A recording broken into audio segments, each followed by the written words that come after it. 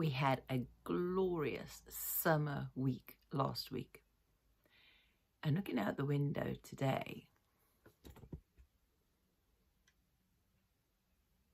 if you can see the rain on the windows, you'd wonder where that's gone. If dealing with the forecasts of food prices doubling within months, the fuel crisis getting worse, and financial trouble hitting everybody, we also have to deal with the forecast of this ultra El Nino possibly causing quite a serious drought for the rest of this year, for most of it. And looking out the window right now, my window is covered in rain. It's been storming. We've had a deluge since yesterday. Right now, while it's raining, is exactly when you want to be giving your irrigation for the summer a thought. I'm going to run you through a few things in the garden that I am doing to sort out irrigation in my garden, what's appropriate for my situation, and talking about what might be for you, as well as I've put in a few clips from old videos of the things that I've done as well, which is again a part of your seasonal preparations. Right, let's go into it. Looking at those old clips of this garden, you would never tell it was the same garden. So much has changed. And part of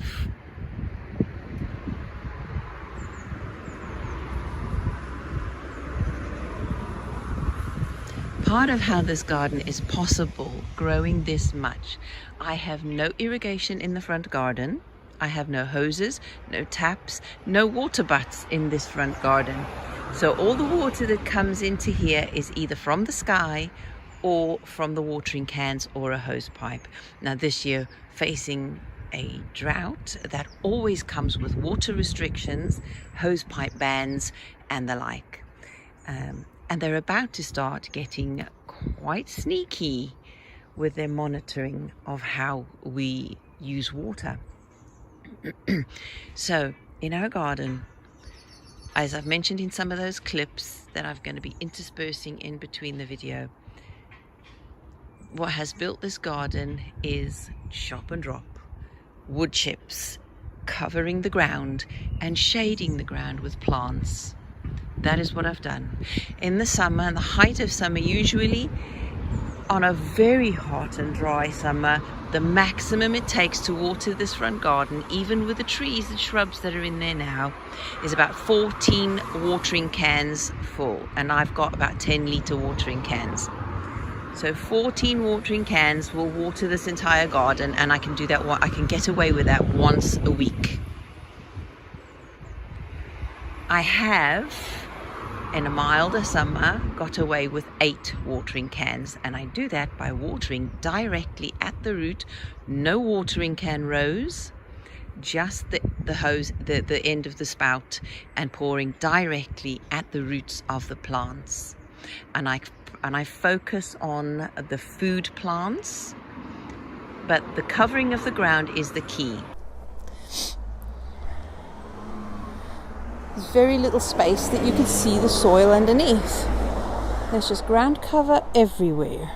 So shade, mulch, and in this front garden it's chop and drop and wood chips. And the wood chips that I use on the paths are usually the fresh wood chips, but in the beds are old wood chips, because new fresh wood chips on your beds will only suck out the nitrates and your plants will end up going yellow. All this mulch that isn't quite rotted enough to go down yet still can suck a bit of the nitrates out of the soil, but I'll remedy that. I'll just water down some urine and put that around. I have a bird bath, but that is shaded partially by the plants, so that protects the bird bath water a bit more. And it is very wet. I now have I've moved the little pond from the back garden to the front, and we're going to be installing a much bigger one here that would also be a backup water supply for the garden and also feed the wildlife during the droughts. You can see the garden lush even after we've had a very hot week, a very dry week. And the Jerusalem artichokes are the only ones really that I have to water, because that's just a pipe and it can dry out quickly. And because of the denseness of the plants on the top, the rain does not get to the soil. That's one of the things you need to remember. Rain is great, but if you have a lot of dense planting, the rain doesn't always get to the soil underneath the plants. So keep an eye on that. I do specifically focus on the Jerusalem artichokes because that's a staple food. You wouldn't tell today that we've had very dry weather, but I might be looking back on this video in a couple of weeks' time and wondering where the water is. Of course, the upper plants, when it rains, acts like a water catchment and the water drips down. In the back garden, I want to focus on 3 points of water and irrigation in the garden. And the first one is catch and store. You've seen the hose pipe attachments to the guttering, where we've joined it with a wide joint over there and put it into the water butt through a hole. Well, we've made a connection connecting the hose pipes between the water butts. So this hole there is about 1.5 centimeters lower than the intake on that side. That intake on that water butt is lower than this one by about 0.5 centimeter, but it still works very well. So if I could afford it, I'd get another connector and put it on that side so that it would stop any run back. And then the same there, connected there. And then this one being the last one, we've put a hose pipe attachment to the hose, and it gets then along the path, buried under the ground next to the path along until we get to the drain. In catching and storing water in this garden, the main ones for us are the water butts. Since with the other clip we had hose pipes before, they kept getting clogged up, so we've replaced them with proper guttering and joined them up into here. We still have the joins with the hoses, and we've lifted them up and staggered the height of each one so that gravity can feed into the next. We still have the lids acting as a bird bath. Water butts are one of the most essential. If you don't have water butts properly, as we have with these drums, you could use any tub or plastic bin to be able to catch and store that water and be able to keep it for when you need it in the garden. We have lots of different water butts, and we put them on plinths because that helps to be able to reach it and get to the taps underneath. Another thing we have every year up for the summer is the pool for the children, but that we've got a pump in to keep the water moving, to filter it and prevent the algae growing. And yes, we do treat it, but only with the small tablets, and that is maybe twice a week. And then before the children come, but then it off gases so that the chlorine is removed from the water, and this is kept only as an emergency store for the garden. So it serves multi-purpose. It's multi-stacking the purposes of this water. It's covered by shade as well, and eventually we were going to put in a permanent solid gazebo that we can remove the cover when it's not needed, and then when it is needed we can put a cover on, but we'll split up some kind of guttering to harvest water off that as well, because it's another possibility of catching rainwater. You could use just leaving out all sorts of tubs, like a watering can catches enough water in there for a couple of pots at least. Another dustbin we converted, put in a tap on a plinth. The lid is turned upside down on here, and that kind with the little holes in it as well. So not just the guttering, but the lid itself acts like a funnel because we've put holes in it. And the little holes help to filter out when leaves and petals and all sorts fall in there. If you live in an area where you get lots of mosquitoes, best to try and rig up some kind of netting over the water butt as well to prevent mosquitoes getting in. Another thing, I've left a watering tray on the floor, and that proves you can catch water in anything. I still haven't changed the overflows on the water butts. I am going to change them for proper elbow joints so that it's a better connection and less leaking and there's a better flow. I often have to unplug the hose and blow air through the end just to clear in case there are slugs in the pipe that blocks it and stops it dripping into the drains instead. If I was at the top of the garden, if I had the beds like I used to before with just the mounds of soil instead of these raised beds, I would have run the hose so that it ran through the middle of the mounded beds like little swales to fill the water into the swales and water the ground. I have some pots. These are little hanging baskets. They're supposed to be so-called clever pots because there's a well at the bottom and the holes only on the side so that it stores water in the bottom. So you can do that kind of thing with your own make-do watering, self-watering pots, but then you need to keep an eye on that when it's raining so that when there's excess water, there's a way for the water to get out and not drown your plants. In the beds, the second point I want to talk about is moving on from catch and store water is to water in the garden. I've told you in the front garden I use watering cans in the summer when there are hose pipe bans, and in the pots I have used some old cold drink bottles. I have filled with some small stones and put one single hole, tiny little hole, not even a hole, just a slight little slash, and a tiny little hole in the lid. So I fill that with water, and the water goes down to the roots where it's needed most and not the surface where it'll evaporate much quicker. Old squash bottle, but it's a square shape and it's a tougher, harder plastic, so that will be better than the other cold drink bottles because they tend to crush when you put them in the ground and they get all squashed. But if you put gravel in at least halfway or to the level of the soil that you're going to be covering it with, and put tiny little holes, you don't need more than pinprick sized holes all over the bottom, not the bottom, just the sides.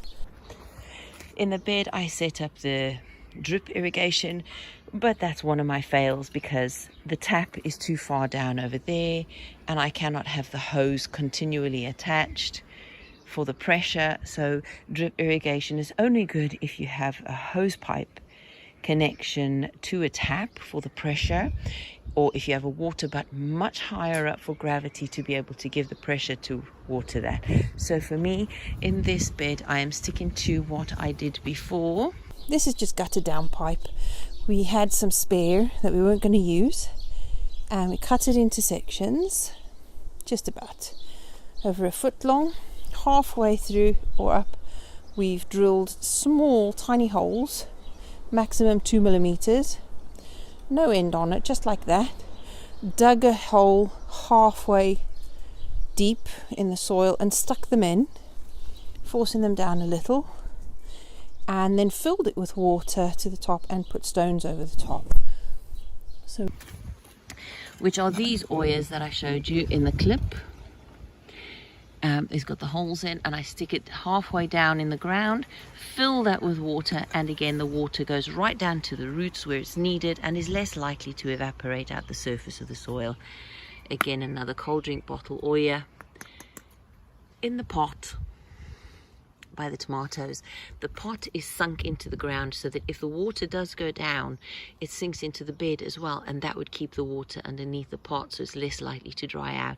So I can water it into the water bottle and it'll take it down to the roots, but also excess water will stay at the bottom of the pot where the roots can still access it in the soil, and that helps to keep it cool for longer and stops it falling over. There we are, that's for that.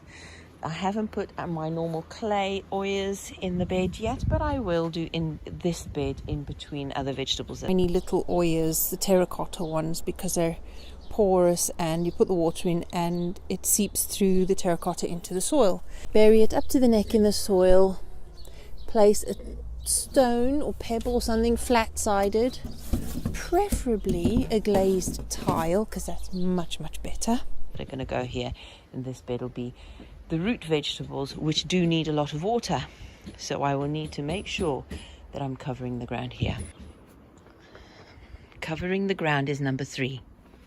I showed you in the front garden, and I've shown you some clips of how I covered the ground before between wood chips, compost, and now I use straw as well. I have used straw more in the past, but this year in 2026, getting hold of straw with all that's going on in shortages and farmers preempting the drought, saving their straw and their hay for their animals. And also because of the storms and things we've had in the past, there isn't so much of an availability. So I haven't been able to find straw in the shops at the moment. I can still get hay. I'm not necessarily wanting hay because of the seeds in there, and I don't want to have to keep weeding the beds. But if I have to, that's what I will get. This is the last of the straw I had from months ago. I don't like using straw or hay or even chop and drop in annual vegetable beds because it is a perfect hiding space for slugs, and that is a continual battle in my garden. But I desperately needed to cover the ground as soon as possible last week in the hot weather, and the potatoes were just starting to grow. So I just used what I had, and it's about making do and finding solutions that work for you in the space that you have with what you've got. So that straw will be coming off as soon as the plants are big enough that they cover the soil with shade. Then I will remove the straw. It will go in the compost. The straw, if you are trying to protect things through the winter, the straw helps to insulate things as well. So it definitely helped between all of my leaks in the past. I'll see if I can find a clip of that and put it in here. But I put straw around the leeks, and I put the shading as well as the plastic, and in the winter that protected my leeks. I had no problems at all because the straw tubes, the stems are hollow, so it makes a good insulator. Straw as a mulch to protect the soil. And the other video I made had a clip on the very hot dry days that showed just how moist and cool the soil was underneath the straw despite the heat of the day, which was 25 degrees C. But where water's concerned as well, the straw also prevents too much rain from getting to the soil and washing all the nutrients out. I also demonstrated shredded paper, and I explained that I don't like using shredded paper for mulch for the simple reason that it is not an insulator. It's flat paper. It will dry out quickly and can actually suck moisture out of the ground as it dries on the surface, and it will make a nice hiding place for slugs. Can you see that little glow-in-the-dark pebbles that I bought a few years ago for the children to entertain them and put it in the pond? In the beds, this bed I have got only compost as a mulch because compost is the simplest and most how should I say, it's the best one to prevent too many slugs, because all other mulch just creates nice hiding places for slugs, and the plants themselves create shelter underneath for slugs anyway. But that is the best mulch for preventing slugs as much as possible. So water butts, tubs, buckets, bins, guttering, cover in the soil, oyas, those sorts of things, those all help with irrigating your garden. Hoses are great traditionally, but when you've got water shortages, not so great, because there are the hose pipe bans as well. And of course your ponds and swimming pools as well all make great backups for the summer. A few more things you could think about with irrigating your garden is also using your grey water, that is the water from your dishes, baths. You can put the plug in when you're having a shower and save that water to water your garden. There's lots of ways you can use that. From your washing machine, if you're using an automatic, it's a bit more difficult to save the water from that. Not impossible if you could come up with a way of directing it outside, as long as you're using eco-friendly detergents that won't poison your plants. As far as grey water is concerned, never ever store it. It just harbours too many pathogens over time and it can rot. Use it immediately before you use your water butts. If you're going to use your grey water, use that first. I'd strain it through a sieve or something to get bits out. You don't want food bits in your garden just encouraging rodents or other kinds of rot. So grey water is great if you're using it immediately and straining it out first, and you're using the eco-friendly detergents. You can't use black water. I certainly wouldn't. If I had a small holding, I'd be doing a composting toilet and using that, but there's a specific way of doing that. And here in the suburbs, that's not a very wise thing to do. I have friends who live up in the mountains, in the Brecons, and they have a small holding. Their situation is they only have a spring well for their water. That sometimes dries up in the summer, so they back up by storing water in IBC tanks. They have little ponds. They have all sorts of ways of storing water and saving and preventing evaporation in their grounds.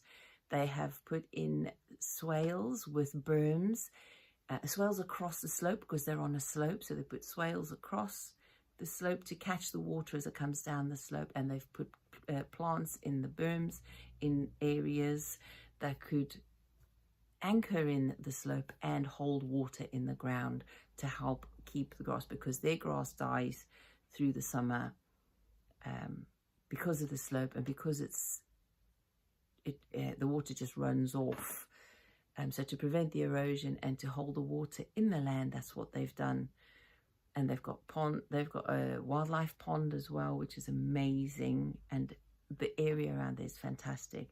So there are different ways of catching, storing and using water, and also preventing evaporation in your land, in your garden, that can help you to at least weather a drought, if not completely be able to pretend it didn't happen.